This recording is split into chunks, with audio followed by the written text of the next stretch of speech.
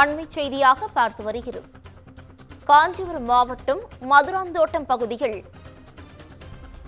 இளைஞரை தெருநாய் கடித்து குதறிய அதிர்ச்சி சிசிடிவி காட்சி வெளியாகி பெரும் அதிர்ச்சியையும் பரபரப்பையும் ஏற்படுத்தியுள்ளது.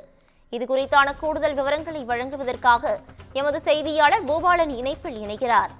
பூபாலன் வணக்கம். இதுகுறித்தான முழு விவரங்கள் என்ன? வணக்கம் பவித்ரா. காஞ்சிபுரம் மாநகராட்சிக்கு உட்பட்ட பகுதிகளில் தினந்தோறும் நாய்கள் தொல்லை அதிகரித்திருப்பதாகவும் குறிப்பாக பணிக்கு செல்லக்கூடிய பொதுமக்களை அச்சுறுத்துவதாக தொடர்ந்து புகாரானது எழுந்து வந்தது.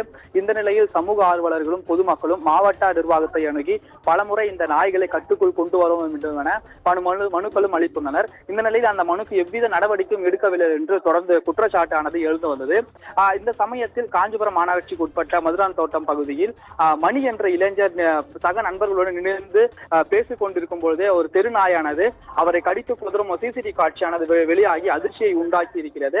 அந்த நாய்க்கடியால் பாதிக்கப்பட்ட அந்த இளைஞரின் கால்களில் ரத்தம் சொட்ட சொட்ட அருகாமையில் இருக்கக்கூடியவர்களை மீட்டு அவர்களுக்கு முதற்கட்டமாக துணியில் கட்டு போட்டு காஞ்சிபுரம் அரசு தலைமை மருத்துவமனையில் தற்போது சிகிச்சையானது பெற்று வருகிறார். அதே போன்று அந்த நாயே அந்த பகுதியில் உள்ள 10ஆம் வகுப்பு படிக்கக்கூடிய ஒரு மாணவியையும் கடித்து குதறி இருக்கிறது என்று தகவலானது தற்போது கிடைக்கப்பெற்றிருக்கிறது. இந்த நாய்கள் தொல்லை அதிகரித்து வருவதால் பொதுமக்கள் தொடர்ந்து அச்சமுற்று வருகின்றனர். குறிப்பாக இந்த தெருநாய்களை கண்டறிந்து அதற்கு அப்புறப்படுத்தும் பணிகளும் அதே போன்று அந்த வெறிநாய்களை அப்புறப்படுத்தும் பணிகளில் அரசாங்கமானது துரித கால அடிப்படையில் நடவடிக்கை எடுக்க வேண்டும் என்று பொதுமக்களும் தற்போது கோரிக்கையை வலியுறுத்தி வருகின்றனர். பவித்ரா,